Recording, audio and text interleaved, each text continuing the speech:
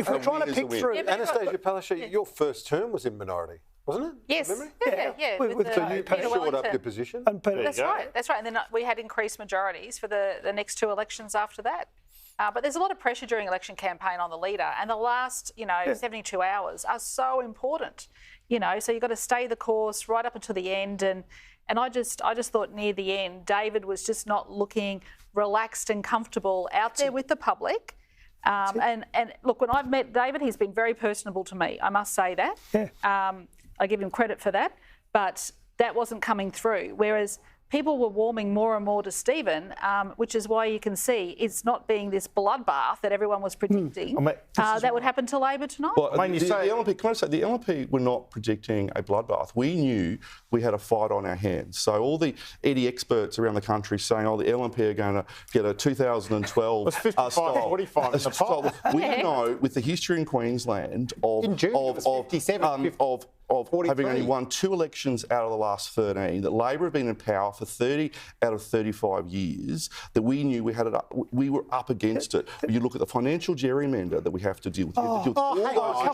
It is a massive financial gerrymander. Every union in Queensland gets spent $1 million because of laws brought in by Labor. We knew we had a tough fight. Let's hear from Pat. We had a tough fight. But you had the Liberal National Party went out. We saw this extraordinary report in The Australian today where the Liberal National Party has been out taking millions and millions of dollars of loans to fund your campaign.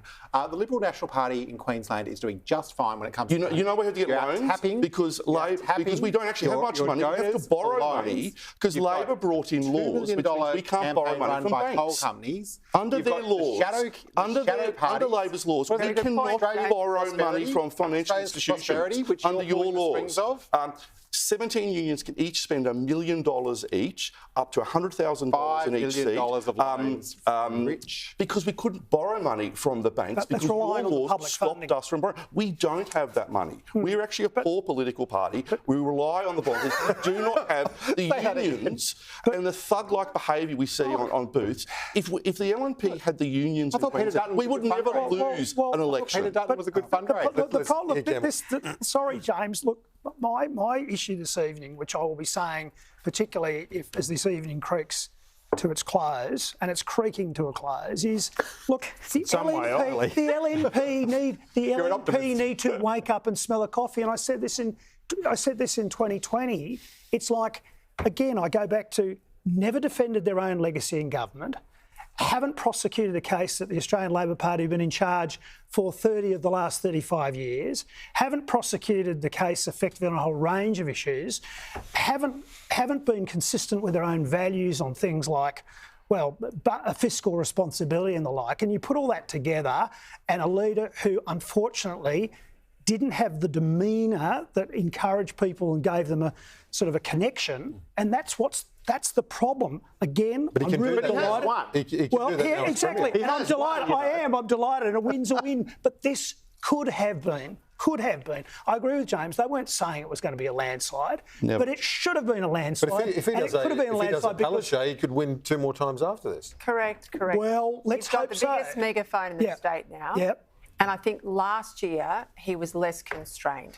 I think this is a common thread for leaders. The closer you get to the election, the tighter you're hanging on. The more you sort of got 20 people telling you what you're doing right, and the same 20 people tell you the next day what you're doing wrong. You don't want to lose it. You look at those polls. I think we've got to take a dose of salts with those polls right across the board. We're seeing a lot of them not really come out to bear on the night, particularly state. I think state polling's hard. I think federal polling's a little bit better. Been pretty accurate, Peter. But I think that, he didn't want to lose it. The polls.